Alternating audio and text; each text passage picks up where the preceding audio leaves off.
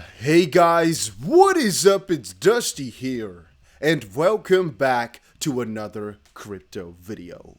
My question of today is, what city are you guys watching from? For me right now inside here, it is so ridiculously hot that my laptop is going into overheat mode. So this is going to be an interesting little update for you guys. Now, first of all, we got a new website, at least this is the first time that I've ever found this one, that specifically talks about XRP whale transactions. And it's actually because I saw it on Twitter just now. This account has shown a 50 million XRP transfer that I could not find on Whale Alert. I thought it was pretty damn funny. And again, guys, whenever there is huge transfers like this, they actually don't really mean anything. It is only if you know whether or not it came or went to an exchange that you can actually see significance in it. If you don't see any info like that, then there's literally nothing that you can do with it. This could be two people selling it to each other. It could be just one person sending it to another. A wallet of his. This could be everything, right? So there's really nothing that this gives you in terms of info, just so you guys quickly know, right? So whenever somebody's telling you, oh, whale's this, whale's that, it doesn't really matter unless, again, you know, like if it goes from Bitstamp, for example, to an unknown wallet, this usually means it's an exchange outflow because somebody bought it on Bitstamp and moved it to an unknown wallet. If it's the other way around, again, it's an inflow, and that is usually a bad thing. One more thing I must quickly mention is that I just saw this. WSB Crypto Mod posted on Twitter, breaking news. Grayscale has added $2 billion worth of Bitcoin and other crypto, mainly Ethereum, ADA, Link, and XRP over the weekend. And even though I can't really say too much against him as an individual, what I can say is that this person took some headlines and decided to put it up on Twitter poorly. Why? Well, we read the article yesterday, and one of the things which is clearly wrong here, there's two things. One, Grayscale hasn't added $2 billion worth of crypto. What happened is the value of their crypto has gone up $2 billion. A second thing is that they did not buy XRP, and that is thus a lie, most likely to get more attention to this tweet, maybe just ignorance or something like that. I'm not exactly sure what, but this is stupid. This is incorrect.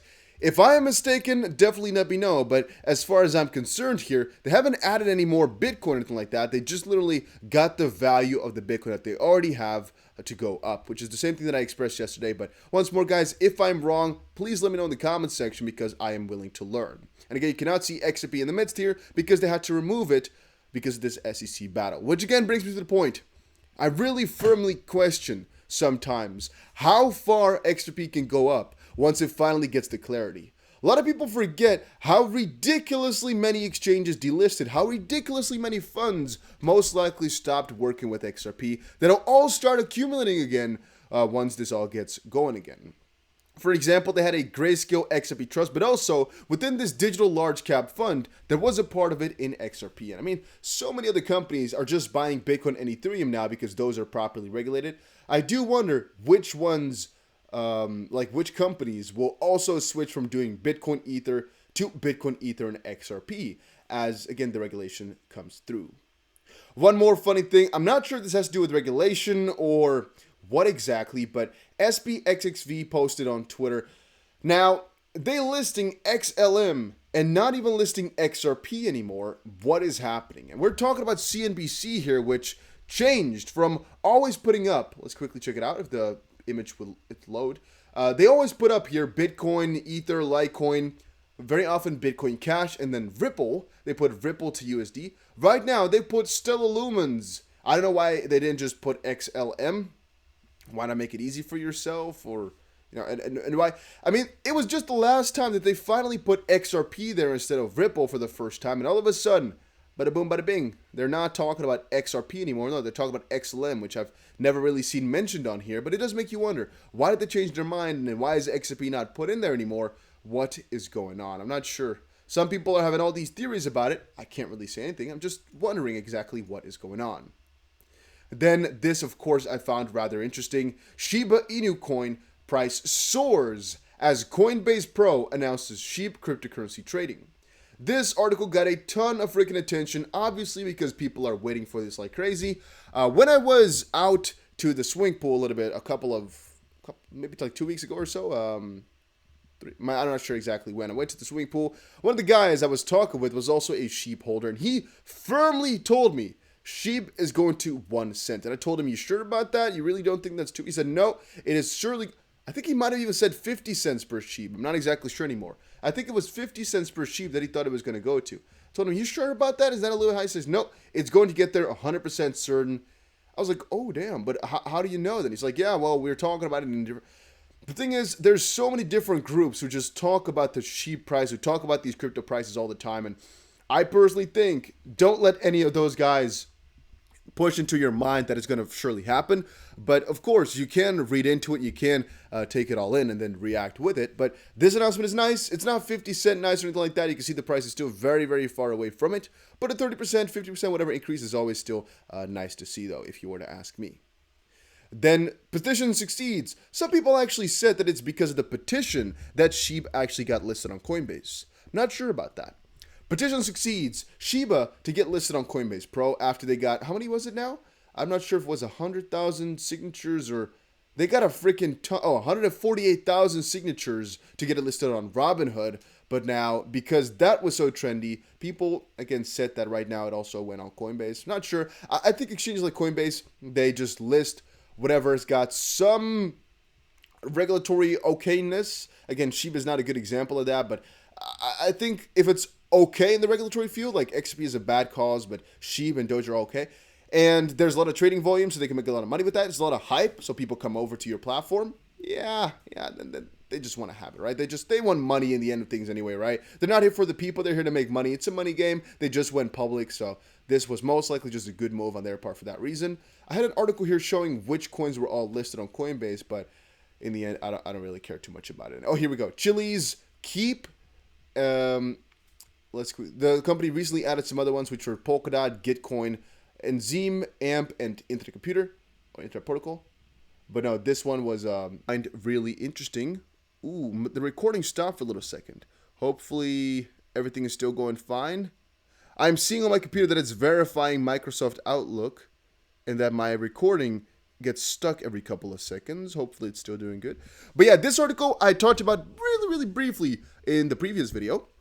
If XRP is deemed a security, Ethereum might be next in line, fears market players. So I went to check over on Twitter really quickly what exactly I posted. And one of the things I said was, if XRP gets deemed a security, Ethereum is not that safe, all right? And I really, after looking into it a little bit more, firmly stand by that opinion, that if you think Ethereum is safe, you're grossly mistaken, severely mistaken. Because even Gary Gensler, which a lot of people say is the man for the crypto regulation in the SEC, even he has said before that Ethereum, to some way, shapes, or forms, is actually a security. Like, altogether, it's easy to see. I would personally like to say Ethereum is completely, all the way a security, except for the fact that, well, it's been properly regulated in the background within the SEC, and thus, again, we can kind of say, oh no, it's been regulated, so it's not a security. If we just look, all right, if we only look at what constitutes a security, I don't want to go over those rules. I just want to go over like all those ICO cases and whatnot. Ethereum wasn't gone after in 2017, even though they should have. But if you look at what exactly constitutes as a illegal security offering, or yeah, whatever you call that, well, Ethereum was definitely one of those platforms, because what they did, what is different than Ripple, is if you raise money to build something, right? You have a token that you made that you're going to sell off to build something. You're doing a crowdfund, right? Something along those lines. If you have a platform and you're selling stock, that's something different. That's what Ripple did. The first option is, however, what EOS did, and that's what all those ICO platforms did, and that's also, again, what Ethereum now has done. That's supposed to be a security thing. Now, again, people say, oh, no, regulated. Ethereum and Bitcoin have been decided behind closed doors, but we, as normal folk, cannot exactly see why they were regulated this way, or exactly how it worked, because it's not gone through the public courts like with a lot of those other cases like EOS and Kin and all those. No, it's done in the background, and it's a rule book that nobody really understands, because it's not for every crypto the same. Like if they, for example, set up a set of rules right now for Bitcoin and Ether, I think there's like 21 points or so that they kind of ruled it by. If they make those completely public and explain to us exactly what constitutes a security and what not, because they said that the Howey test is subject to change a little bit per situation, then again, Ripple would like to argue that this situation serves a really good example of why the Howey test is outdated. SEC says no, you can always kind of fill it in. I would like to say again, bring up those Ethereum and Bitcoin and XRP documents, SEC. Show us exactly how Bitcoin, Ether, and XRP are completely different than each other, and how, again, you can kind of make a rule book for those, even though it had a kind of a security offering or a crowd sale at the start, and even though Ripple didn't, that Ripple/XRP is worse. I just don't really get that. I want them to explain it, but I'm not sure if they will. Just make sure you understand, though, that if Ripple is going down, I think there will be a really big flash crash in the crypto market, and a lot of other cryptos are going down. So again, people always ask me, why do you like XRP? What is your risk to reward? Why does it work that way? It's like, there's a good chance Ripple is going to win, but even if they lose, then my only other option was to be outside of crypto. If I have crypto, then it might as well be XRP, because that's the one that has the most to gain if they actually win. And all cryptos will lose if Ripple loses, which again is my own opinion. Guys, thank you all for watching this video so much. Hopefully you all enjoyed it. If you did, make sure you press the like button and subscribe, and I will definitely see you guys again in another crypto video later today or tomorrow.